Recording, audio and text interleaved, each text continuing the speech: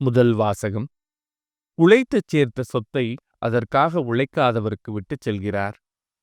சபையுரையாளர் நூலிலிருந்து வாசகம்.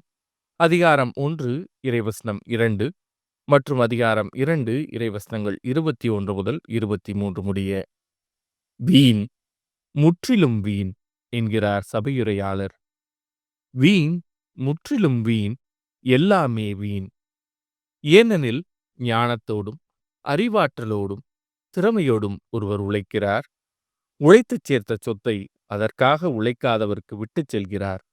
அவரது உழைப்பும் வீணே. இது பெரிய அநீதி.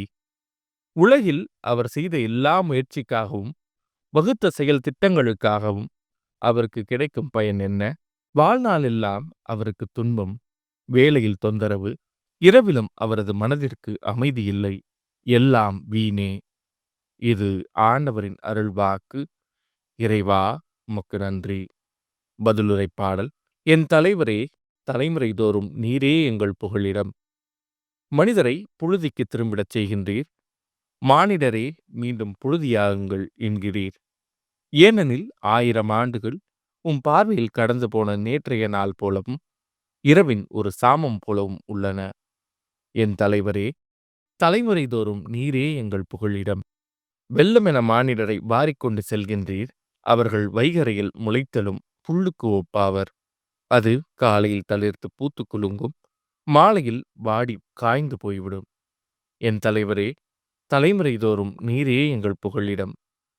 எங்கள் வாழ்நாள்களை கணிக்க எங்களுக்கு கற்பியும். அப்பொழுது ஞானமிகு உள்ளத்தை பெற்றிடுவோம். ஆண்டவரே, திரும்பி வாரும். எத்துணை காலம் இந்நிலை? உம் ஊழியருக்கு இரக்கம் காட்டும்.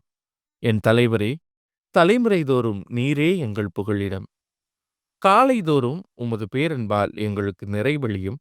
அப்பொழுது வாழ்நாளெல்லாம் நாங்கள் களி கூர்ந்து மகிழ்வோம்.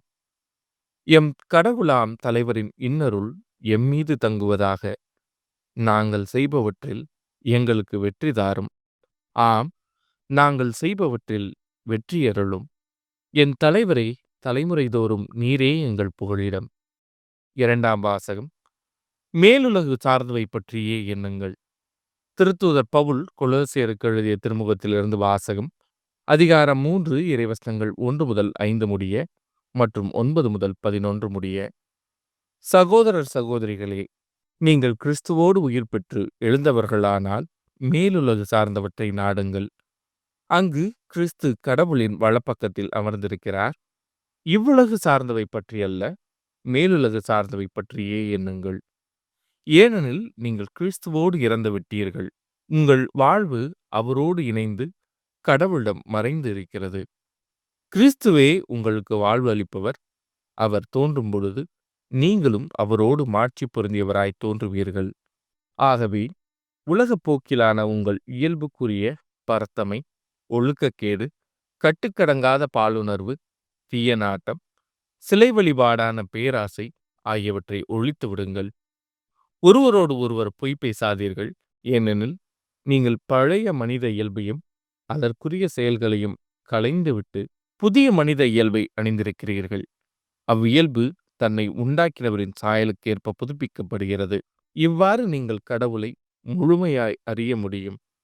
புதுப்பிக்கப்பட்ட நிலையில் கிரேக்கர் என்றும் யூதர் என்றும், விருத்த சேதனம் பெற்றவர் என்றும் விருத்த சேதனம் பெறாதவர் என்றும், நாகரிகம் அற்றோர் என்றும், சீத்தியர் என்றும், அடிமை என்றும், உரிமை குடிமக்கள் என்றும் வேறுபாடு இல்லை. கிறிஸ்துவே அனைவருள்ளும் அனைத்துமாயிருப்பார். இது ஆண்டவரின் அருள்வாக்கு. இறைவா, உமக்கு நன்றி. நற்செய்தி வாசகம். நீ சேர்த்து வைத்தவை யாருடையவையாகும்? லூக்கா எழுதிய தூய நற்செய்தியிலிருந்து வாசகம். அதிகாரம் 12 இறைவசனங்கள் 13 முதல் 21 முடிய. அக்காலத்தில் கூட்டத்தில் இருந்த ஒருவர் இயேசுவிடம், போதகரே, சொத்தை என்னோடு பங்கிட்டுக் கொள்ளுமாறு என் சகோதரருக்கு சொல்லும் என்றார். அவர் அந்த ஆளை நோக்கி, என்னை உங்களுக்கு நடுவராகவோ பாகம் பிரிப்பவராகவோ அமர்த்தியவர் யார் என்று கேட்டார். பின்பு அவர் அவர்களை நோக்கி, எவ்வகை பேராசைக்கும் இடம் கொடாதவாறு எச்சரிக்கையாயிருங்கள். மிகுதியான உடைமைகளை கொண்டிருப்பதால் ஒருவருக்கு வாழ்வு வந்து விடாது என்றார். அவர்களுக்கு அவர் ஓர் உவமையை சொன்னார். செல்வனாய் இருந்த ஒருவனுடைய நிலம் நன்றாய் விளைந்தது. அவன், நான் என்ன செய்வேன்? என் விளைபொருட்களை சேர்த்து வைக்க இடமில்லையே என்று எண்ணினான். ஒன்று செய்வேன். என் களஞ்சியங்களை இடித்து இன்னும் பெரிதாக கட்டுவேன். அங்கு என் தானியத்தையும் பொருள்களையும் சேர்த்து வைப்பேன். பின்பு, என் நெஞ்சமே, உனக்கு பல்லாண்டுகளுக்கு வேண்டிய பலவகை பொருள்கள் வைக்கப்பட்டுள்ளன. நீ ஓய்வெடு, உண்டு குடித்து மகிழ்ச்சியில் திளைத்தது எனச் சொல்வேன் என்று தனக்குள் கூறிக்கொண்டான். ஆனால் கடவுள் அவனிடம், அறிவிலியே, இன்றிரவே உன் உயிர் உன்னை விட்டு பிரிந்துவிடும். அப்பொழுது நீ சேர்த்து வைத்தவை யாருடையவையாகும் என்று கேட்டார். கடவுள் முன்னிலையில் செல்வமில்லாதவராய் தமக்காகவே செல்வம் சேர்ப்போர் இத்தகையோரே. இது ஆண்டவரின் அருள்வாக்கு. கிறிஸ்துவே உமக்கு புகழ்.